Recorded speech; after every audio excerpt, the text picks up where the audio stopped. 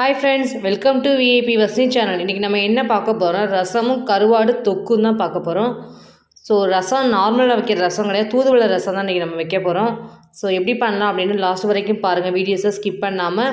அப்படியே சப்ஸ்கிரைப் பண்ணாதான் கொஞ்சம் சப்ஸ்கிரைப் பண்ணிக்கோங்க. பக்கத்தில் இருக்க பெல் ஐக்கானை கிளிக் பண்ணிட்டீங்கன்னா நான் போட வீடியோஸ்லாம் உங்களுக்கு வந்து சேரும். வாங்க வீடியோஸ்குள்ளே போகலாம். தூதுவளை ரசமும் கருவாடு தொக்கும் செய்ய தேவையான பொருட்களை நம்ம எடுத்து வச்சுருக்கோம். வாங்க ஒன்று ஒன்றா காமிக்கிறேன். ஒரு வெங்காயம், பெரிய வெங்காயம் எடுத்துருக்கேன், நல்லா புடிசாக நறுக்கி எடுத்து வச்சுக்கலாம். இது வந்து கருவாடு தொக்குக்கு எடுத்து வச்சுக்கிறோம்.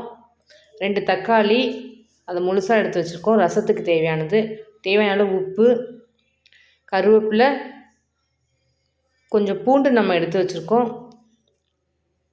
தேவையான அளவு கொத்தமல்லி, கருவாடு பாக்கெட் எடுத்துருக்கோம், மிளகு, சீரகம், தனியா, காஞ்ச மிளகாய், இது எல்லாத்தையுமே நம்ம வந்து ரசத்துக்கு தான் எடுத்துக்க போகிறோம்.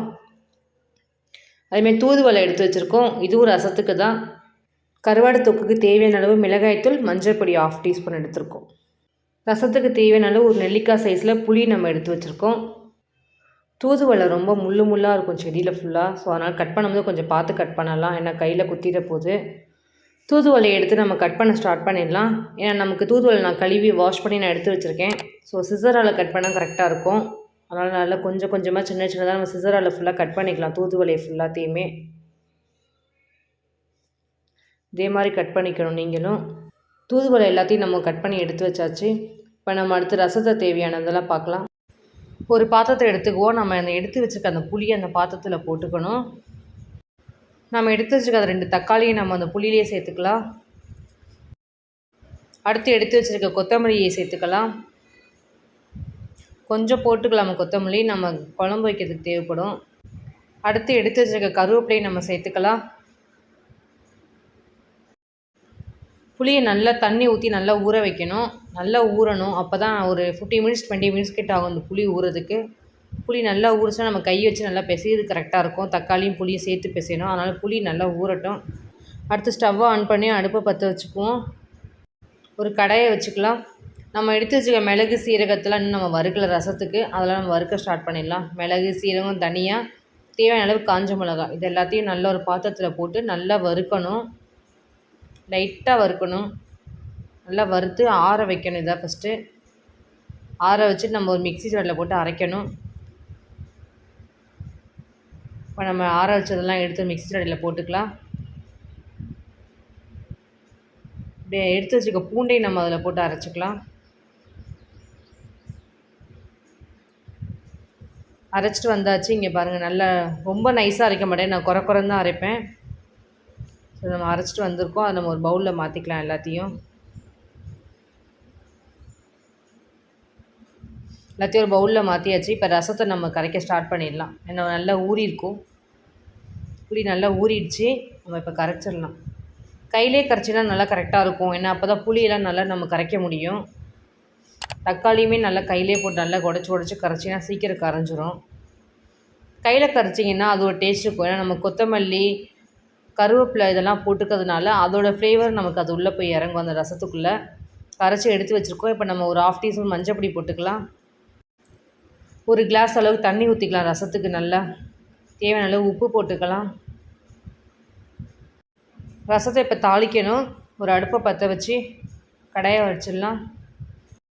லைட்டாக எண்ணெய் ஊற்றிக்கலாம். ரசத்துக்கு ரொம்ப எண்ணெய் தேவையும் படாது. கொஞ்சம் எடுத்து வச்சுக்க ஒரு 1/2 டீஸ்பூன் கடுகு போட்டுக்கலாம். கடுகு நல்லா பொரியணும். கடுகு பொரிஞ்சோடனே நம்ம அரைச்சி வச்சுருக்க மிளகு, சீரகம், அந்த காஞ்ச மிளகாய், தனியா, அது எல்லாத்தையும் அரைச்சி வச்சுருக்கோம். அது எல்லாத்தையும் நம்ம அந்த எண்ணெயில் போட்டு நல்லா வறுத்துக்கணும். ஒரு 1/2 டீஸ்பூன் பெருங்காய பொடி போட்டுக்கலாம். அதையும் சேர்த்து நல்லா வறுத்துக்கலாம். நம்ம கட் பண்ணி வச்சுருக்கிற தூதுவளையை நம்ம அந்த லீஃபெல்லாம் நம்ம அதில் போட்டுக்கலாம். அதையும் அந்த மசாலாவோட ஃபுல்லாக நல்லா ஃப்ரை பண்ணணும். சளி பிடிச்சிருந்துச்சின்னா அந்த தூதுவளை ரசம் வச்சு சாப்பிட்டிங்கன்னா நல்லா சளியெலாம் நல்லா கேட்கும். குழந்தைங்களுக்கு வச்சு கொடுக்கலாம், நம்ம பெரியவங்களும் வச்சு சாப்பிட்டுக்கலாம். நம்ம நல்ல காரமாக நம்ம மிளகு, சீரகம் நம்ம இதெல்லாம் வேறு போட்டிருக்கோம், அதனால் நல்லாவே எஃபெக்ட் நல்லாவே இருக்கும். அதனால் வச்சு நீங்களும் சாப்பிடுங்க. நல்லா ஃப்ரை ஆகணும். நல்லா அது வரைக்கும் நல்லா வதக்கிக்கிட்டே இருக்கணும். நல்லா வதங்கிடுச்சு. இப்போ நம்ம ரசத்தை தண்ணி எடுத்து நம்ம அந்த கடாயில் ஊற்றிக்கணும். நான் ரசத்தை எப்போவுமே பாத்திரத்தில் தான் வைப்பேன், கடாயில் வைக்க மாட்டேன். அதனால் நான் ஒரு பாத்திரத்தில் மாற்றிக்கிறேன். ரசம் நல்லா கொதிக்கணும், ரொம்ப கொதிக்கக்கூடாது. லைட்டாக முறை வரும்போது நம்ம அடுப்பை ஆஃப் பண்ணிக்கலாம். முறை லைட்டாக வருது. ரசம் மட்டும் எப்பவுமே கொதிக்க விடவே கூடாது, கொதிச்சா டேஸ்ட் மாறிடும் சொல்லுவாங்க. அதனால் நான் கொதிக்க விடவே மாட்டேன். ஸோ லைட்டாக நுர தள்ளும்போது ஒரு டம்ளர் தண்ணி ஊற்றி அப்படியே நம்ம தட்டு போட்டு மூடிடணும். எதுக்கு நம்ம அந்த ரசத்துக்கு மட்டும் தண்ணி ஊற்றி நம்ம அதை ஃபாலோ பண்ணுறோன்னு தெரியல. எங்கள் வீட்டில் எனக்கு இப்படி தான் சொல்லி கொடுத்தாங்க. லாஸ்ட்டில் முடியும்போது தண்ணி ஊற்றி தட்டு போட்டு மூடிடணும். நானும் அதை தான் ஃபாலோ பண்ணுறேன். இன்றைக்கி நான் பீஸ் கருவாடு வாங்கிட்டு வந்திருக்கேன். சுடுதண்ணி எடுத்துகிட்டு வந்து நம்ம அந்த கருவாட்டை ஊற்றி நல்லா ஒரு 15 மினிட்ஸ் கிட்ட நல்லா ஊற வைப்போம். அப்போ தான் நல்லா அழுக்கு நல்லா அந்த மேலே இருக்கிறது எல்லாமே நமக்கு அழிவுலாம் நல்லா வெளியில் வந்துடும். அதனால் கொஞ்சம் நல்லா ஊறட்டும். ஊறினதுக்கப்புறம் கையை வச்சு நல்லா நம்ம கழுவி எடுக்கணும். மேலெல்லாம் ஃபுல்லாக அந்த ஸ்கின்லாம் ஃபுல்லாக ஒரு மாதிரி இருக்கும் அந்த கருவாட்டுக்கு மேலே. அதை நல்லா க்ளீன் பண்ணிவிடுவோம். தண்ணி எவ்வளோ அழுக்காக இருக்குது பாருங்களேன். இப்போ நம்ம அந்த தண்ணியெல்லாம் மாற்றிட்டு புது தண்ணியை வச்சு நல்லா கழுவி எடுக்கணும் 2-3 தடவை. கருவாடை நல்லா கழுவிட்டு வந்துட்டேன். இங்கே பாருங்கள், ஃபஸ்ட்டு ஊற்றுன தண்ணிக்கு இப்போ ஊற்றுற தண்ணிக்கு எவ்வளோ தண்ணி தெரியுது பாருங்கள். அந்த க்ளீனாக இருக்குது பாருங்கள். அதனால் நல்லா தண்ணி ஊற்றி கழுவி எடுத்தாச்சு. இப்போ நம்ம ஒரு பாத்திரத்தில் எடுத்து வச்சுக்குவோம். அந்த கழுவுன கருவாடை ஃபுல்லாக நம்ம ஒரு பாத்திரத்தில் எடுத்து வச்சிட்டோம். இப்போ நம்ம ஸ்டவ் ஆன் பண்ணி கருவாடு கிரேவி வைக்க ஸ்டார்ட் பண்ணிடலாம். ஸ்டவ்வை ஆன் பண்ணிக்குவோம். அடுப்பை பற்ற வச்சுக்கலாம். ஒரு கடாயை நம்ம அடுப்பில் வச்சுக்கலாம். கடாயை நல்லா காயட்டும். நம்ம தேவையான அளவு கொஞ்சம் எண்ணெய் ஊற்றிக்கலாம். ஒரு 1/2 டீஸ்பூன் கடுகு சேர்த்துக்கலாம். கடுகு நல்லா பொரிஞ்ச உடனே நம்ம எடுத்து வச்சுருக்க வெங்காயம் சேர்த்துக்கலாம். வெங்காயத்தை நல்லா பொடிசாக நறுக்கி வச்சுருக்கேன். அந்த வெங்காயத்தை நம்ம சேர்த்துக்கலாம். வெங்காயத்தை நல்லா வதக்கி விட்டுக்கலாம். அந்த ஆயில்லையே நல்லா ஃப்ரை ஆகணும். நல்லா ஃப்ரை ஆகட்டும். அடுத்து நம்ம எடுத்து வச்சு கருவேப்பிலையை நம்ம அதில் சேர்த்துக்கலாம். நல்லா கரண்டியை வச்சு வெங்காயத்தை கருவேப்பிலையை நல்லா வதக்கி விட்டுக்கணும். நம்ம எடுத்து வச்சு கல் உப்பு போட்டுக்கலாம். அந்த கல் உப்பு போட்டால் சீக்கிரம் நமக்கு வெங்காயம் நல்லா வதங்கிடும். அதனால் கல் உப்பு கொஞ்சம் போட்டுக்கலாம். கருவாடுலேயே நமக்கு ஆல்ரெடி நமக்கு உப்பு கொடுத்துருப்பாங்க. ஆனால் நம்ம கழுவிட்டோம், கொஞ்சம் லைட்டாக போயிடும் உப்பு. ஆனால் வெங்காயத்தில் தக்காளிலாம் நமக்கு உப்பு இருக்காது அந்த கிரேவிலலாம். அந்த கிரேவிக்காக நம்ம லைட்டாக உப்பு போட்டுக்கிட்டால் கரெக்டாக இருக்கும், இல்லைன்னா சப்புன்னு இருக்கும். வெங்காயம் நல்லா வதங்கிடுச்சு. இப்போ நம்ம நறுக்கி வச்சுருக்க தக்காளியெல்லாம் நம்ம சேர்த்துக்கலாம். நல்லா அந்த வெங்காயத்தோடு சேர்த்து அந்த தக்காளி நல்லா வதக்கணும்.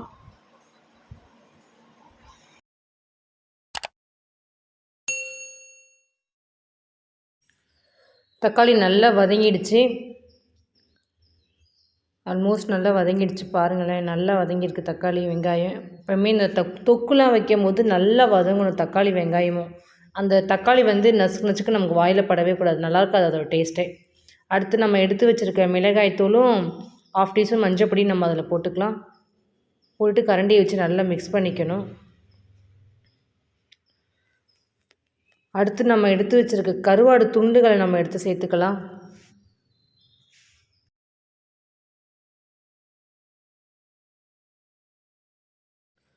அதையும் நல்லா மிக்ஸ் பண்ணிக்குவோம். கரண்டியால் ஃபுல்லாக மிக்ஸ் பண்ணிவிட்டு கொஞ்சம் ஒரு 1/2 டம்ளர் அந்தளவுக்கு நல்லா தண்ணி ஊற்றி நல்லா கொதிக்க விடணும். வேக வைக்கணும் கருவாடை. ஏன்னா நம்ம பீஸ் கருவாடு வாங்கி வந்திருக்கோம், கொஞ்சம் கெட்டியாக இருக்கும். அதனால் நல்லா வேக வைக்கணும் தண்ணி ஊற்றி. போதும் தண்ணி, நல்லா வேக வைப்போம். அதுக்கு மேலே ஒரு தட்டு போட்டு நல்லா மூடி விட்டால் நல்லா இன்னும் நல்லாவே வேகும் உள்ளேயே. ஒரு தட்டு போட்டு மூடி வச்சு ஒரு 5 நிமிஷம் இல்லை 10 நிமிஷம் கழிச்சு நம்ம ஓப்பன் பண்ணி பார்ப்போம் எப்படி இருக்குது என்னென்னு. நல்லா கிரேவி மாதிரி வந்துருச்சு. இங்கே பார்த்தீங்களா, லைட்டாக தான் நமக்கு தண்ணி லிக்விட் இருக்குது. இன்னுமே நல்லா தண்ணி கொதிக்கணும். நல்லா கொதிச்சிருச்சு. கருவாடு மேலே நம்ம கொத்தமல்லி தலையை தூவி விட்டு இறக்கி வச்சிடலாம். என்னோடய ஸ்டைலில் தூதுவளை ரசமும் கருவாடு தொக்கும் நான் செஞ்சு காமிச்சிருக்கேன். இந்த தூதுவளை ரசமும் கருவாடு தொக்கு வச்சு சாப்பிட்டிங்கன்னா சூப்பராக இருக்கும். செம்ம காம்பினேஷன் டேஸ்ட் இது பார்த்தீங்கன்னா. இதில் இதே மாதிரி நீங்களும் உங்கள் வீட்டில் செஞ்சு பார்த்துட்டு எப்படி இருந்துச்சுன்னு சொல்லுங்கள். லைக் பண்ணுங்கள், ஷேர் பண்ணுங்கள், கமெண்ட் பண்ணுங்கள், சப்ஸ்கிரைப் பண்ணுங்கள். பக்கத்தில் இருக்க பெல் ஐக்கானை கிளிக் பண்ணிவிடுங்க. Thank you friends.